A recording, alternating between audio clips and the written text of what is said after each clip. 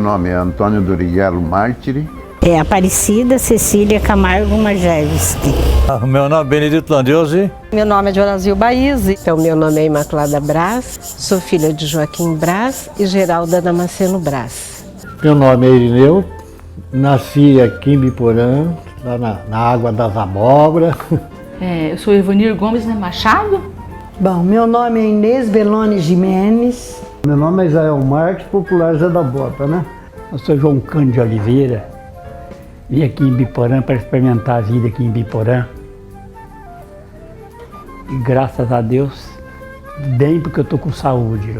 Meu nome é João Ibrahim Zaqueu, estou aqui desde 1946. Meu nome é Sebastião Xavier. Meu nome é João Barreto Filho, filho de João Barreto e Palmira Silva Barreto. Bom, meu nome é Joaquim da Silva, né? Julieta Gomes Ribeirete. Meu nome é Jurandir Santos Barduco. Olha, eu, Mohamed El-Kadri, nascido no Líbano, país Líbano, Oriente Médio. A nossa família, meu pai, minha mãe, eu e meu irmão, nós viemos para Ibiporã em 1954.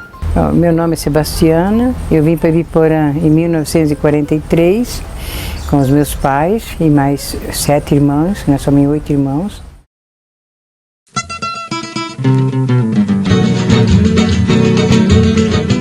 A chegada deles, eles chegaram em 1940.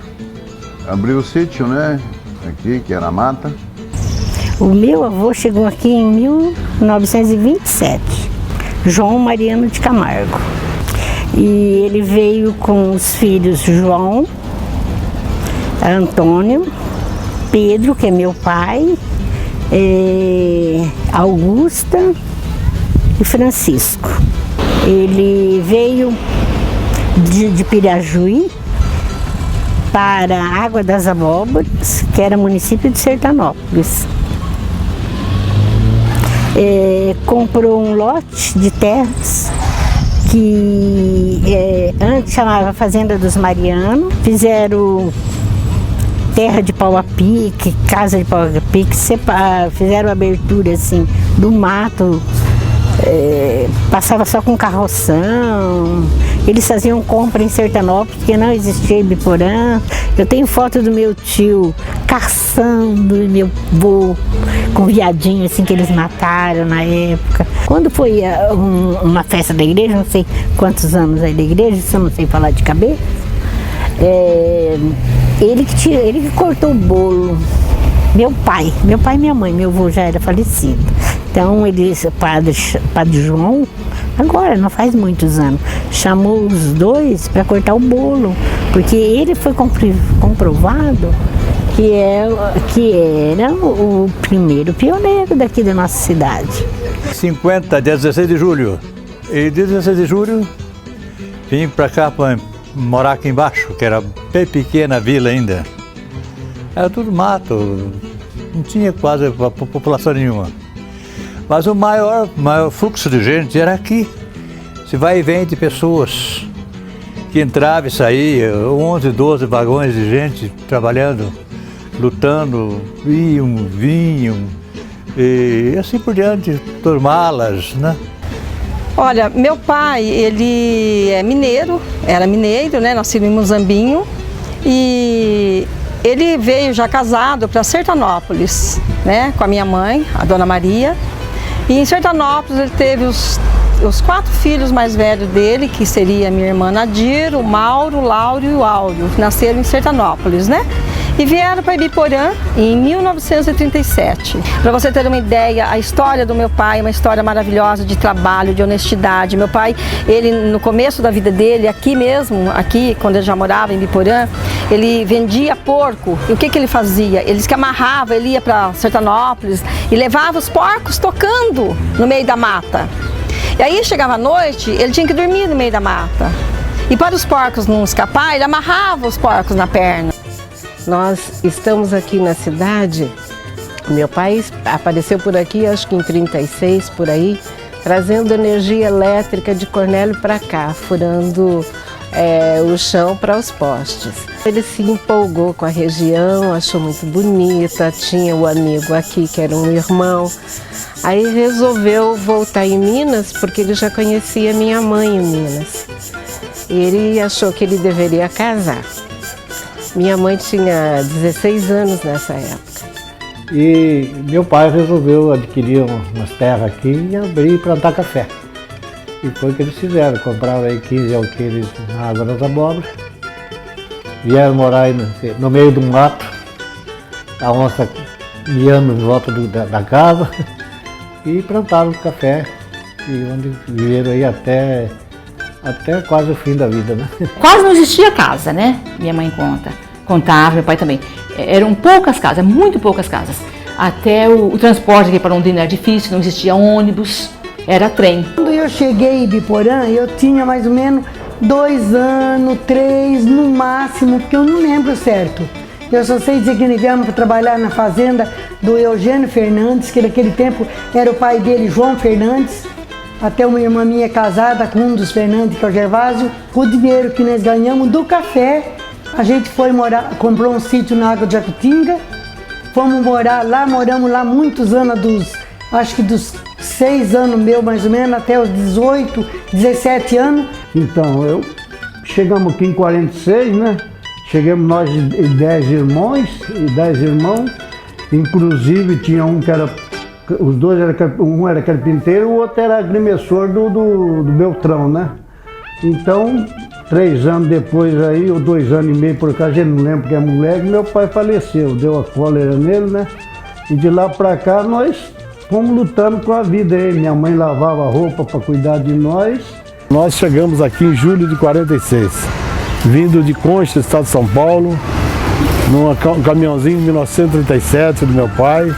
Viemos em 2 famílias, que levou aproximadamente 5 dias, porque quebrou no meio do caminho, precisamente perto de Piraju.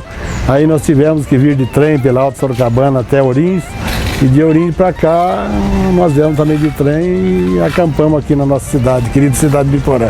Você quer ver, ó, se tem esse acidente aqui, que é em 38, ele veio acho que antes, né? Certo? Então ele já estava ali.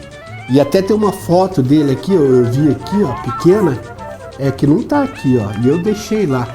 Aonde que ele tá, só com a cabeça para fora, assim, da estação, uma estação bem pequenininha, porque vocês lá na estação tem uma foto de uma casinha pequena e aquele monte de árvore em volta, né?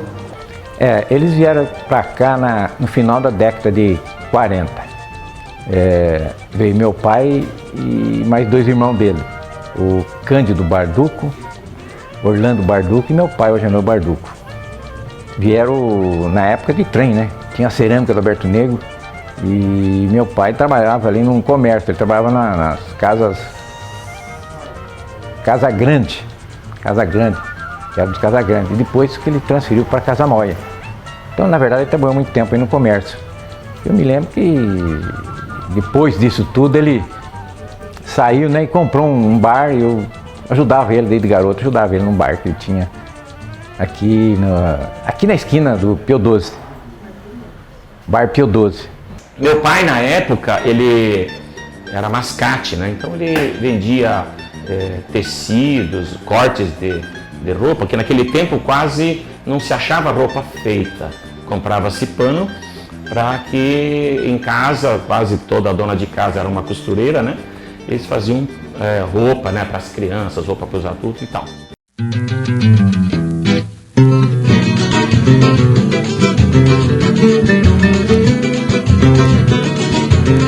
A minha mãe conta que ela ia vender frango em Jataizinho, não tinha ponte na época. E ela botava aqueles varal de frango nas costas e ela atravessava a ponte de ferro, a ponte de trem. Aí o trem vinha e os meus irmãos mais velhos, na época ainda eu não existia, né, que eu nasci aqui, e ela colocava, hoje ainda tem aquelas caixinhas lá no trilho do trem, lá na ponte de trem, e ela botava as crianças ali, o trem passava, ela com aquela coisa de frango penduradinho no ombro. Então, sabe, são uns heróis, sabe? Quando eu vejo alguma coisa ainda por que eu estou preservando a chácara? Porque aquilo é a minha história, é a história da minha vida, né? Teve um período que ele trabalhou de guarda noturno.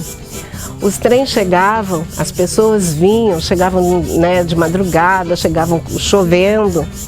E aí então ele fazia a ronda, porque em volta da ferrovia havia as toras, né? As toras também chegavam nos trens. Aí então eles tinham que fazer essa ronda. E chegava esse pessoal, né, sem saber para onde ir, o que tinha aqui, como fazer. Então ele levava as pessoas até as casas. Trabalhou muito na construção de Ibiporã, no sentido de cortar madeira, de fazer receita, né, para as casas, maioria de madeira, né? Cá ali, como tinha muita serraria aqui, né? Aqui tinha 4, 5 serrarias. Então tinha muita gente brincava pulando tora. Tora é aquele pedaço de madeira grande que tinha na época, né? Às vezes de 1,5 metro, 2 metros de altura, cortada. E a gente brincava nos pátios dessa serraria. A gente no trem, existia aqui muito movimento. Aqui Ibiporã é um entroncamento, que é a rede ferroviária Paraná-Santa Catarina na época, né? Toda a cidade aqui que ficava fora da linha férrea, vinha trazer mercadoria aqui para Ibiporã. Eu e meu irmão passamos a vender mercadoria no trem. Naquela época tinha 4 trens. Tinha o Ouro Verde, o misto, que vinha um descia para Ourinho às 9h30 da manhã, o outro era mais ou menos meio-dia, que era o Ouro Verde. E na mesma época voltava o misto e o trem, que era mais tarde. Então, seguindo, meu pai colocava eu estudar de manhã e meu irmão estudar à tarde. Então, de manhã o meu irmão vendia as coisas no trem, vendia pastel, vendia laranja, banana, doce, sorvete não ia porque às vezes não dava. E no outro horário, à tarde, então eu que fazia a vez do meu irmão. Eu todos esses anos que só trabalhei na estrada de ferro. Quando eu vim para Ibiporã, eu fui removido para lá da Ibiporã. Eu cheguei como auxiliar de estação, né? Eu era telegrafista, porque o meu cargo era telegrafista. Depois foi extinto o cargo de telegrafista e passei para agente de estação. Mas toda a vida eu só trabalhei na rede. Então descarregava lá na estação, descarregava, ficava na bagagem e lá os comerciantes retiravam, né? Até minha mãe, na época que fundou, tinha um bar ali na estação. E isso, quem tomava conta desse bar era minha mãe.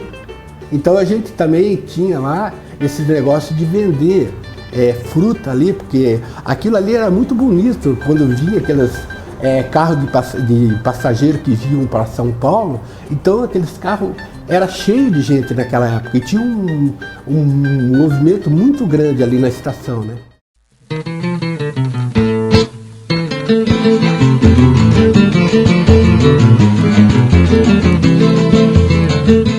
A escola, nós tínhamos a escola vizinho do nosso sítio, que era a escola municipal, né?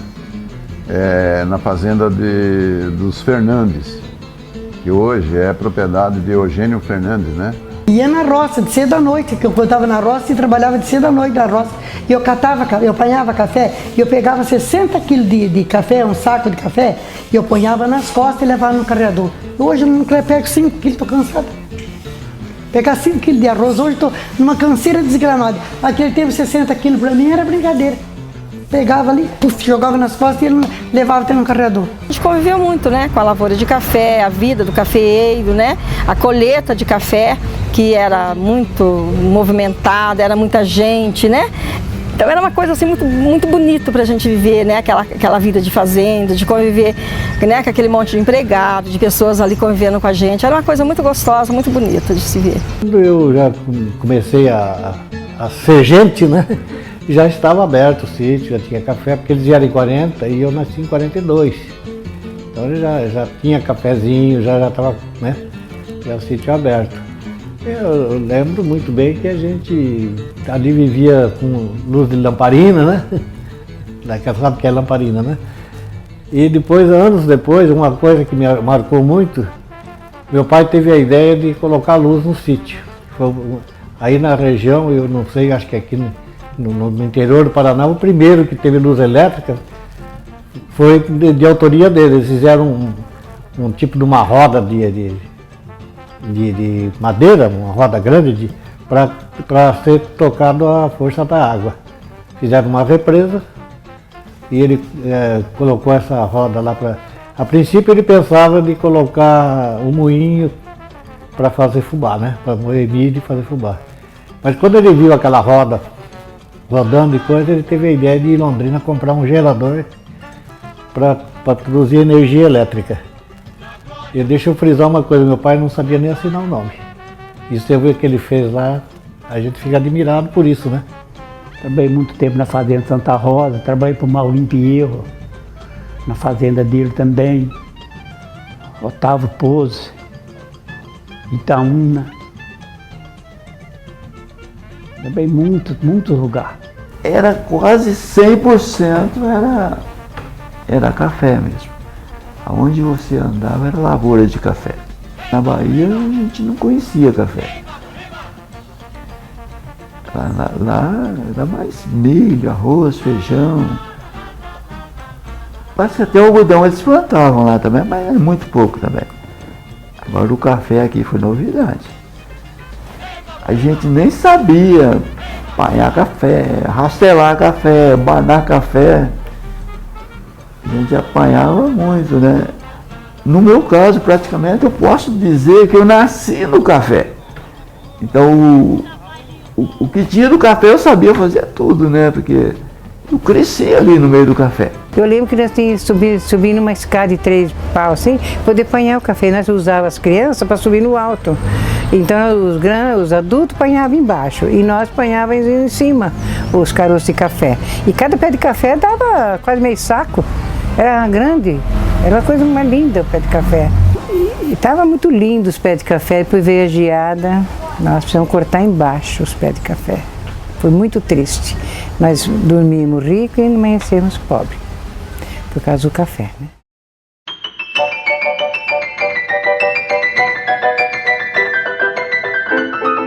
Porque isso aqui, como eu te disse, do outro lado da estação aqui, carrocinha.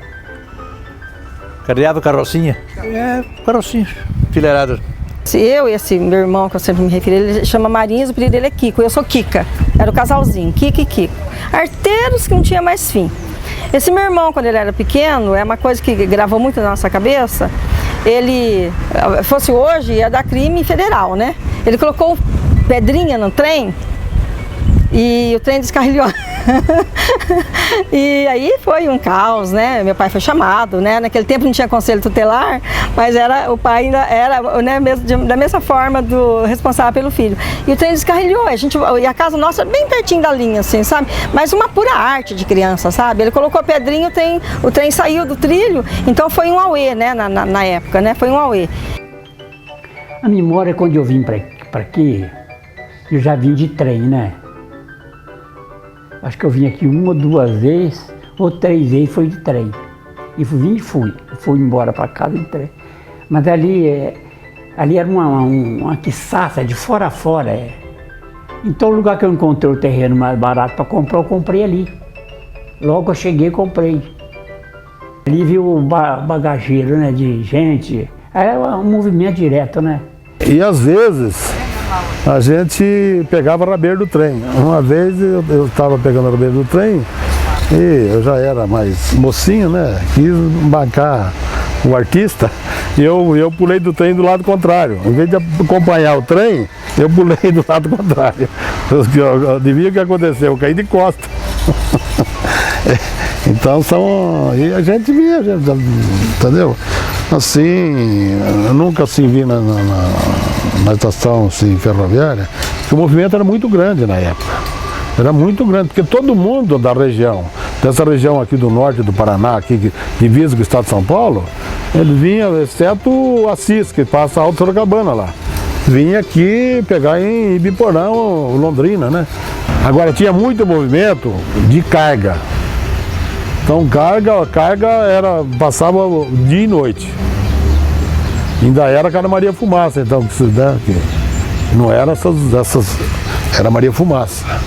E eu, como morava em frente da estação, não, é uma tarde a noite inteira trocar vagão para lá, muito feliz, mudar ali, no desvio. Naquele tempo tinha o trem de passageiro, a gente trabalhava na estação, vendia passagem, fazia despacho de mercadoria. A mercadoria dos cereais, a firma requisitava o vagão e carregava na estação. Eles tinha o saqueiro já, né, da firma, tudo. Então eles vinham com o caminhão e já carregavam o vagão. O café, tudo era recebido na estação, porque tinha um negócio do fiscal apurador que tinha que estar lá para receber os lotes de café. Então eu recebia o lote e ia ficando armazenado. Aí depois, quando tinha autorização, aí que carregava para Paranaguá. Que era aquele movimento, aquela agitação, aquela correria, e gente chegando, gente saindo, né? Então isso muito bonito, isso eu guardei na minha mente e foi uma época muito boa que eu passei, né? Geralmente tinha vezes que a gente ia lá, os caras não pagavam, né? Porque a gente entregava esses produtos, que era coxinha, pastel, banana, laranja, né? Esses troços assim que, né? Pra conseguir. E eu sei que tinha pessoas que não pagavam, a gente tinha que entrar dentro do trem e dentro do trem para cobrar as pessoas, e daí chegava em Jataizinho, né? Descia do trem e voltava depois com o outro. Então tinha isso.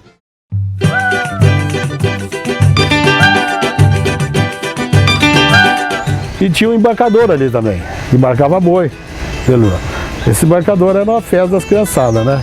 A gente ficava em cima do trem, lá que ela estava carregando, para ver o pessoal carregar o boi. De repente escapava um boi, o boi saía para a cidade aqui, tudo estourado. E corre, tinha um pessoal na época, o tal de Chumbinho, e ele às vezes que tomava conta da porteira.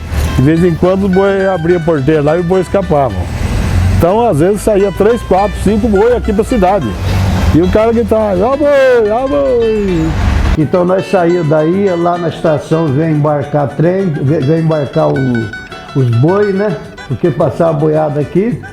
A gente vinha aqui no jardim também na época e passava filme no jardim para assistir o filme aqui. E ia lá no rio tomar banho, eu, meu irmão e o caçula. Tinha um embarcador de boi. Era ali onde tem o armazém, que tinha a estação, depois tem o armazém. Do lado do armazém era o embarcador de boi. Eu despachei muita, como é que se diz, muita especial de boi. Que pegava lá, lotava 10 gaiolas, né? Então a gente despachava. Eles vinham, sabe, tinha os boiadeiros que tinha o dia certo, que tinha uma escala, assim, como é que se diz, um esquema já por escrito lá os dias que ia ser carregado os bois, né? Então daí ele chegava as boiadas, que vinha tocado, boiadeiro, né? Aí chegava e recolhia os bois na mangueira lá, ficava fechado. E depois carregava no vagão.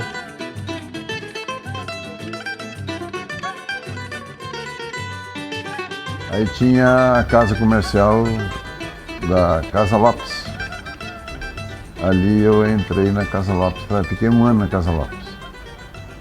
Aprendi um pouquinho o comércio ali. E nessa época abri uma vaga na Casa Moia, que era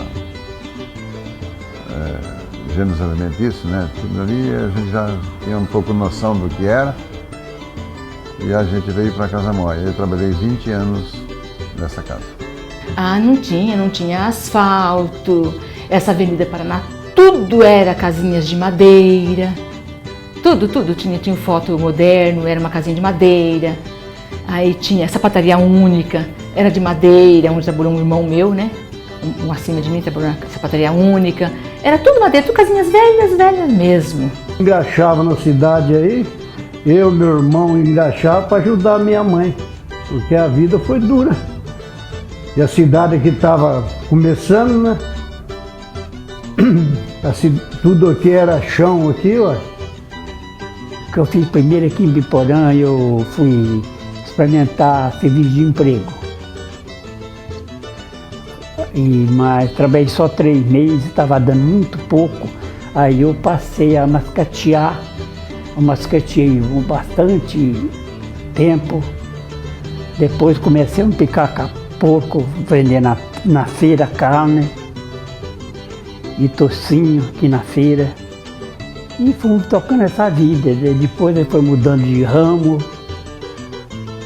né? Até que estabeleci lá na minha casa, fiz o comércio e botei um comércio, casa de comércio. Aí eu parei de lutar com o sítio. Puxei boia fria 9 anos. Trabalhei com a lenha 4 anos, boia fria trabalhei 9 anos, puxando boia fria. Foi uma luta. No começo nem asfalto tinha, nada, né? Era sempre mais casas, era madeira, você não via muita casa de material, essas coisas. Era bem pequeno quando nós viemos pra cá. Só que aumentou rapidinho, né? Rotter, como é que chama? A escola Rotter, né? E outra, no SERI, foi presidente do SERI muitas vezes, fez muita festa, aniversário da cidade, sabe? Muitas bandas de fora, orquestra. Ele movimentava muito, fazia muito desfile, ele fazia o maior desfile que existia aqui no Biporã, foi na época dele. Mas eu me lembro do jardim quando não tinha nada, tinha uma valeta de água de chuva que cortava o jardim de ponta a ponta. E quando chovia, naquele tempo chovia muito, não é que nem hoje, dá essa chuva de 10, 15 minutos e seca em 5. Naquele tempo chovia 4, 5 dias seguidos. E formava aquele riozinho no meio do jardim. E as crianças iam lá entrar dentro do riozinho de lama. Biporã era um sítio, uma fazenda grande, né, que é do Virgílio Beltrão. E era um sítio grande, uma fazenda, ele fez uma igrejinha que hoje é a nossa matriz, e ali nós vinha na missa, de lá nós vinha na missa aqui e vinha em Mital também na missa, porque lá onde nós estávamos não tinha, naquele tempo não tinha capela ainda. Aí nós vinha de carroça, com 2 cavalinhos, e nós vinha na missa, meu pai punha tudo nós em cima, eu tinha adolescente já, meus 3 irmãos já eram mocinhos, e daí nós vinha na missa aqui, era uma capelinha.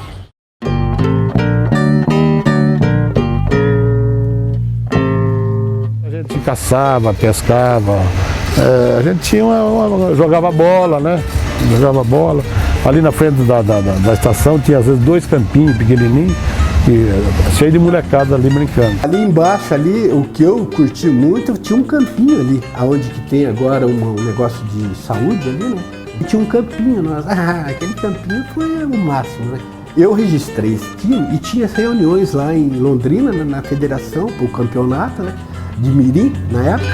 E esse time, daí então os caras de Londrina viram que era um time de Biporã, ficaram meio ressabiados, que nunca apareceu um time de Biporã naquela época para disputar um campeonato assim, e achavam que era um time bom, um time excelente, né? E daí então propor fazer um jogo, nosso time com o time de Londrina, numa preliminar entre o time daqui de Curitiba, aqui o Ferroviário, contra o Londrina, lá que ia jogar numa quarta-feira. E daí na reunião falou para mim, você não quer ir lá, né? Fazer esse jogo à noite, né? Eu falei assim, não. Daí não, né? E daí passou. Daí eu cheguei na reunião lá com o nosso time, lá, com a turminha que sempre reunia, né? Cheguei lá e passei isso. Falei, é o seguinte, eles queriam que a gente fizesse uma preliminar à noite, lá no Vitorino Gonçalves Dias, né? Mas a turma só faltou linchar aquele dia, porque todo mundo queria jogar, né? À noite ainda, nunca tinha jogado, tudo piazado começando, né? Porque os domingos, a diversão da gente era seguir ir lá naquele futebol. Naquele tempo tinha 3 partidas de futebol, né, no domingo. Tinha aquele pessoal mais ruim que os donos dos times tinha dó daquele pessoal, porque quando saía fora, eles eram fiéis. Todos os jogos eles iam, né? E às vezes iam até longe e aquele pessoal estava ali presente. Então tinha que falar o terceiro, que era o esfria-sol, né? Que o sol estava rachando. E depois tinha o segundo, que era assim, um pessoalzinho mais melhores, que tinha alguns que ficavam até de reserva para jogar depois do titular, né? Tinha o segundo e depois tinha a última partida, que eram os titulares, que era o top ali, né? Ah, da região aqui eu vi o Saltinho, né? Que eu convivi bastante. O Bianchini, que foi aonde eu comecei minhas peladas, foi ali. Tinha o São Pedro, que eu joguei lá depois de adulto também. Tinha o Guarani, eu joguei lá também depois de adulto. A Fazenda Pelisson. Esse eu não joguei, assisti muitos jogos, mas não joguei. Aqui o Barreirão, aqui eu já joguei depois de adulto. Na verdade, futebol amador, né? Joguei tinha o Pena Verde, o famoso Pena Verde, tinha o Paranazinho aqui em Biporã, os veteranos, muito tempo. Mas eu também tinha o Samay, então o Samay, eu como líder, como funcionário do Samay, eu fiquei muito tempo, joguei muito tempo no Samay. E também futebol suíço. Uma ocasião, o futebol suíço teve um baita de um rolo lá, trouxemos um pessoal de Londrina para jogar com a gente, e era de pessoal da igreja. Era da igreja, tudo gente boa, tudo missionário, fazia aqui, e deu maior confusão da paróquia. Porque os caras vieram tudo bonzinho aqui, chegaram na hora, deu uma confusão danada, né? E um pega daqui, um pega de lá, aí os caras saíram correndo, eles estavam em mais, vinha 2 times, nós jogamos em 2 times, mas o primeiro foi embora, né? Que nós só tínhamos um time, o outro tinha ido embora, o aspirante, né? E no segundo jogo o pau quebrou e estava em mais. Aí deu aquela confusão, um correu para baixo, tinha um nosso amigo Mané, pulou dentro da lagoa de esgoto lá para não, né, os caras não pegarem de pau, o outro correu lá para baixo da casa do caseiro, escondeu debaixo da cama, e o outro subiu em cima do pé de amora que tinha lá, entendeu? Então deu uma confusão danada e até hoje isso aí ficou marcado e a gente sempre comenta na roda essa confusão que teve lá com o pessoal de Londrina, que eram os missionários da igreja lá, então ficou... Já pensou se não fosse, né?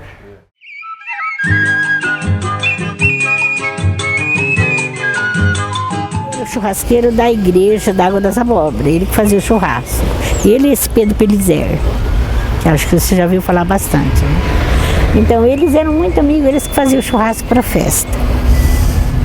E ele, por exemplo, a festa de São Pedro era 29 de junho. E ele faleceu dia 19 de junho. Ele ia fazer 100 anos no dia 29. E ele faleceu no dia 19, que era na época da festa. Meu pai tinha comprado terno para ele ir na festa, novo, serviu pro velório. Convidada para cantar em coral de igreja, né? Participei do coral durante anos e anos, que eu nem sei quantos. Cantei muito em casamento. Cantei em casamento mais de 30 anos por toda essa região aqui. Durante a faculdade, a gente tinha um grupo e esse grupo auxiliava na igreja, né, nos cantos da igreja, também fazia os cantos de casamento e a partir do momento que tinha a folga, aí saía para ir para os barzinhos, para cantar na noite. Aí de casamento, o que mais se pedia para tocar, né, para cantar, era Ave Maria. Né? Toda noiva tinha o sonho de ouvir Ave Maria durante seu casamento. Ave Maria,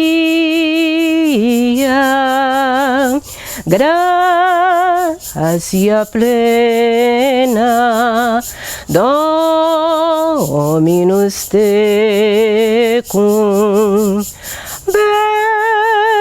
benedicta tui in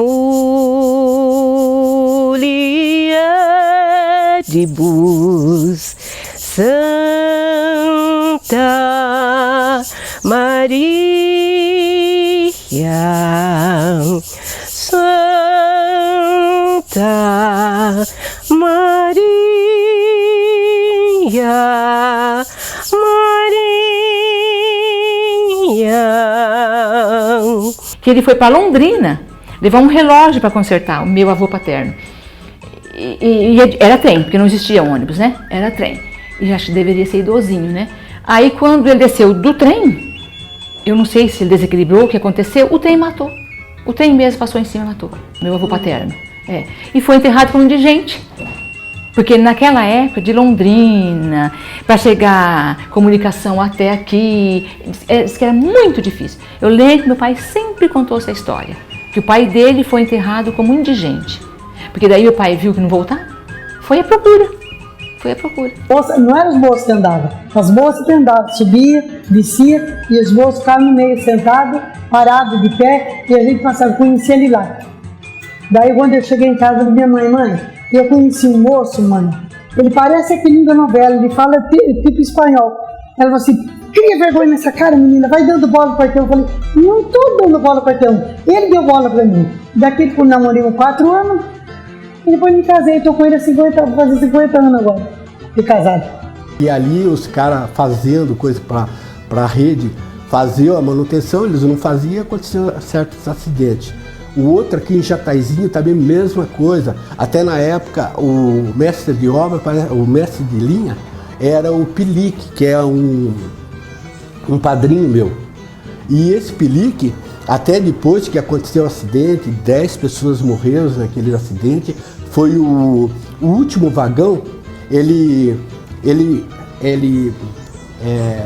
tombou e matando essas pessoas. Tinha muito acesso à bagagem dessa estação nova e entrava a qualquer hora ali, né? E justamente quando eles deixaram os corpos ali, e eu não estava sabendo de nada, estava, né, passeando, entrei lá na estação e vi aquelas pessoas todas no chão. Eu olhei aquilo, mas me deu uma impressão tão ruim na época que eu fiquei com aquela imagem daqueles corpos ali na estação, tudo, né, na bagagem ali, né? Eu fiquei absurdo, eu fiquei até meio traumatizado na época por aquela cena.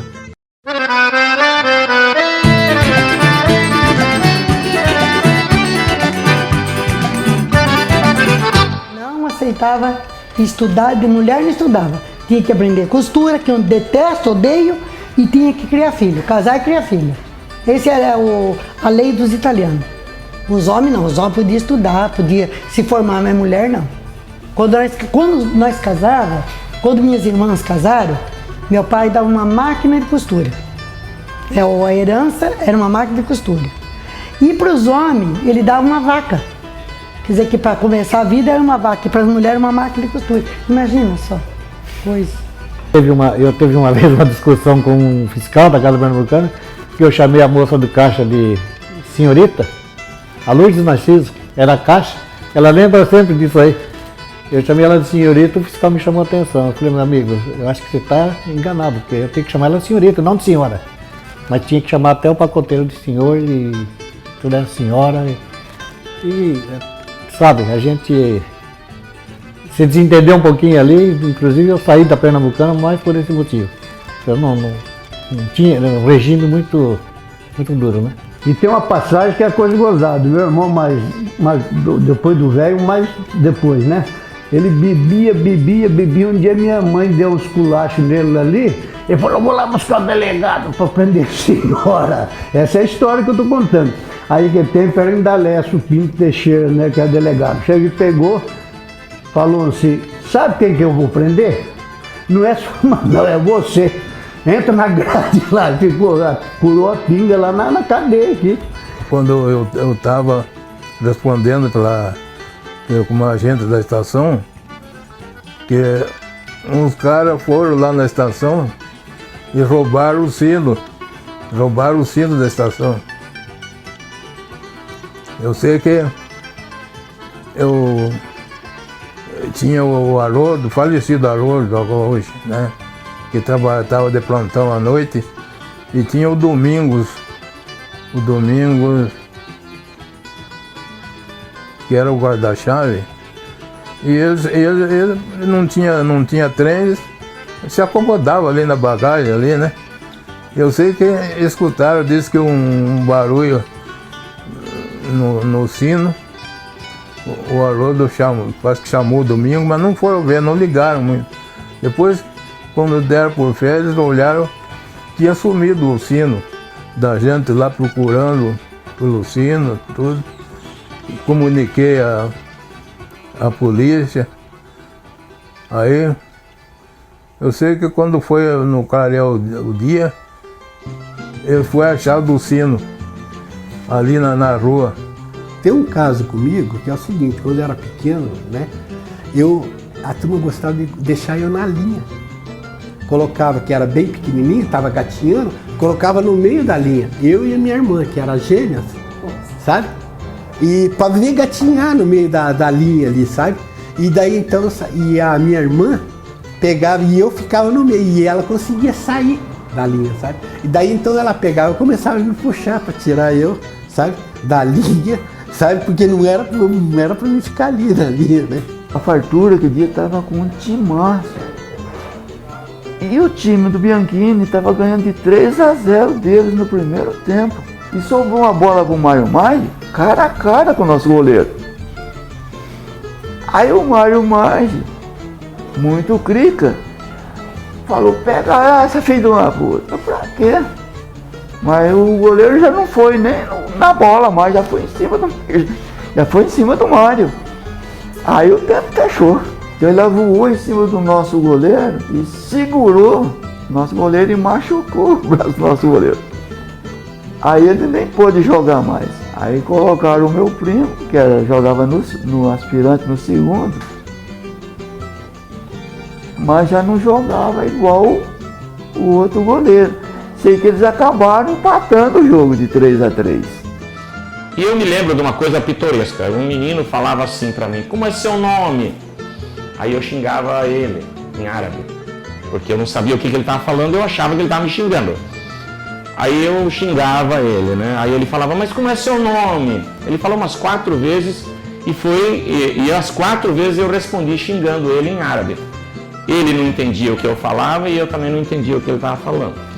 Aí de repente bateu um sino, né? Um senhor, na época a gente não sabia, mas depois nós passamos a conhecer o senhor Armando, que era o caseiro da escola. Ele batia no sino para sinal, né? Para entrar e sair da aula. E as crianças saíram todas correndo, e eu, como tinha xingado o menino, eu achava que eles estavam correndo atrás de mim, que eles iam me pegar.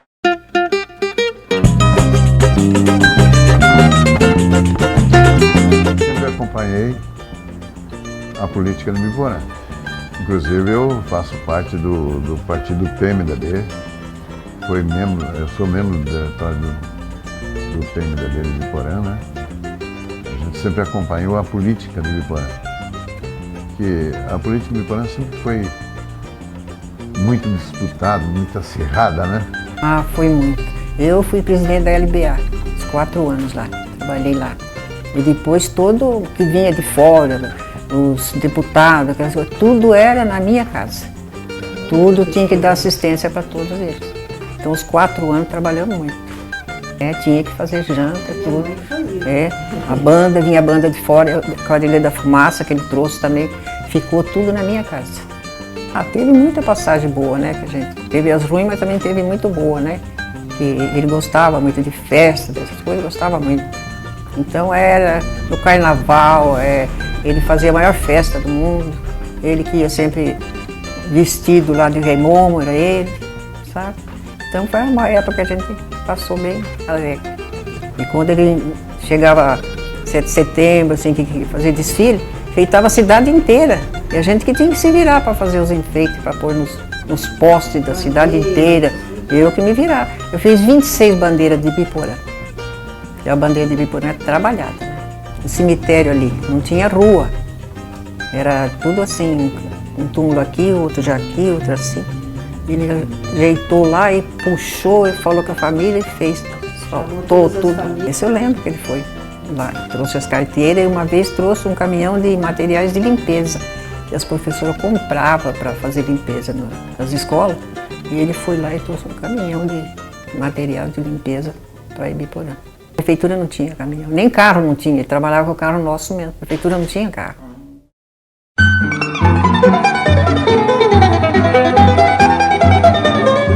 Naquele tempo tinha muito italiano aqui, sabe? O italiano gosta de mutirão. O brasileiro não gosta de mutirão, mas o italiano gosta muito. Então isso aqui, teve tempo que isso aqui parecia casa de festa. Corria dinheiro. Né? Aí minha mãe também falava, não, Joaquim, eu vou estudar as 3 filhas.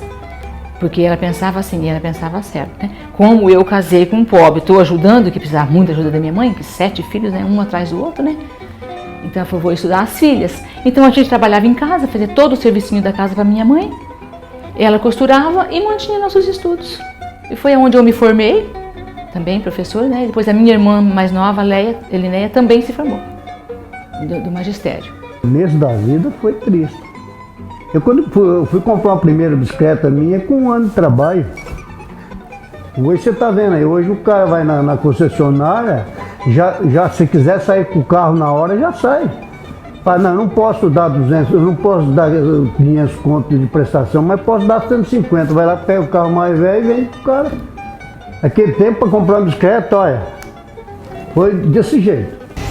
Fiz o curso de Geografia, terminei em 1970. Comecei a lecionar em 1970 e parei em 99. Teve muita contribuição, eles ajudaram muito em hospitais, em muitos lugares, teve muita ajuda da família Labirinte. Com 20 anos eu prestei o concurso para o SAMAI. Aí eu passei e assumi dia 1º de abril de 1970. Eu era técnico em contabilidade do SAMAI. Aí me aposentei até hoje e nos finais da minha carreira eu passei a ser diretor do SAMAI. Fiquei como servidor do SAMAI até junho de 2004. O princípio de que a gente cresceu em volta do balcão, a nossa infância, adolescência, foi juventude, foi tudo em volta do trabalho. E a gente amadureceu muito cedo. Por conta disso, a gente amadureceu muito cedo. Criou responsabilidades muito cedo. Então, com 14 anos, por exemplo, eu tinha 14 anos, em 1962, meu pai abriu uma loja em Açaí e me mandou para lá. Eu, 14 anos, vocês vejam hoje uma criança de 14 anos faz o que hoje? Malemar joga videogame, faz essas coisinhas. E ele me montou uma loja lá e me mandou para Açaí.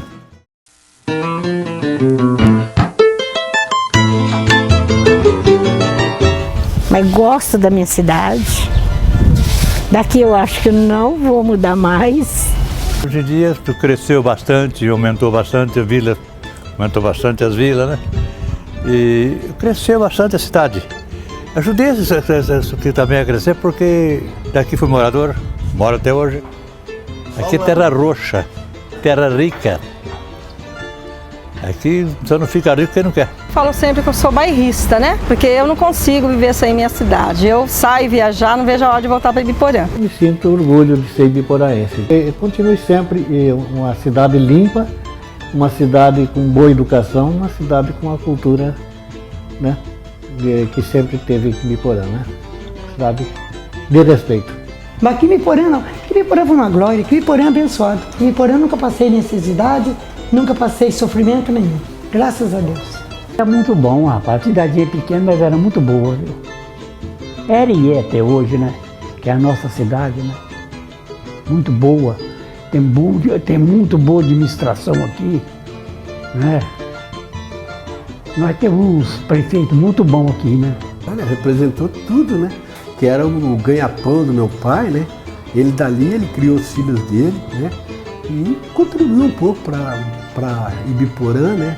Que ali na época era só um posto, não tinha cidade, não tinha nada. E dali que surgiu tudo, né? Surgiu a cidade, surgiu a Igreja Católica, tudo, né? Então, olha, Ibiporã praticamente foi tudo para ele, né? Que conviveu naquela época, né? Então, pra gente que viveu ali, né? Então, tudo isso daí, nossa, foi de a gente que tem que agradecer.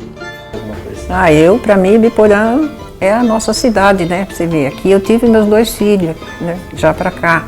Então, eu tenho Ibiporã como minha cidade, né? Adoro aqui, acho que vivemos muito bem aqui, meus filhos vivem bem, minha família toda. Então, a gente considera muito Ibiporã.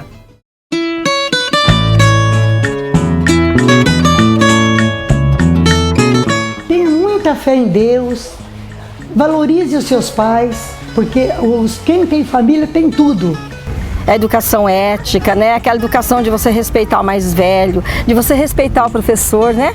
Que hoje está tão assim, tão fora de moda se fala, né? Nossa, mas às vezes você vai falar alguma coisa, gente, mas hoje os tempos são outros, né? Mas não existe outros tempos para a educação, não é verdade? Não existe, a educação, ela sempre é educação, né? Eu quero deixar que o jovem de hoje veja que os pioneiros sofreram, mas sofreram com amor, sofreram com bastante dignidade, né? Ele falava, estava falado. Os pais tinham educação suficiente para dar para os filhos. Eu fui uma menina simples, uma menina pobre, batalhadora, negra, com dificuldades imensas. Aos jovens, eu gostaria de dizer que não se esmorecessem e que entendessem que hoje, o que eu sou, o que eu faço hoje, vai ser um reflexo do meu futuro. Então, gente, acorde para a vida. Vamos pensar um pouco no bem maior que é a nossa vida. Nós criamos 5 filhos, vamos caminhar, nunca batemos em filho. Filho não precisa ser morraira para criar. Você tem que conversar com o filho. E pôr trabalho na mão do filho. Porque se você cria sem trabalho, você vai criar um malandro. Você não vai criar uma família boa. Você só vai receber o bem se você semear o bem. Tudo aquilo que você semeia, você recebe. Ou em dobro, ou multiplicado por 1000. Se for ruim, vem multiplicado por 1000. E se for bom, vem multiplicado por 1000 também.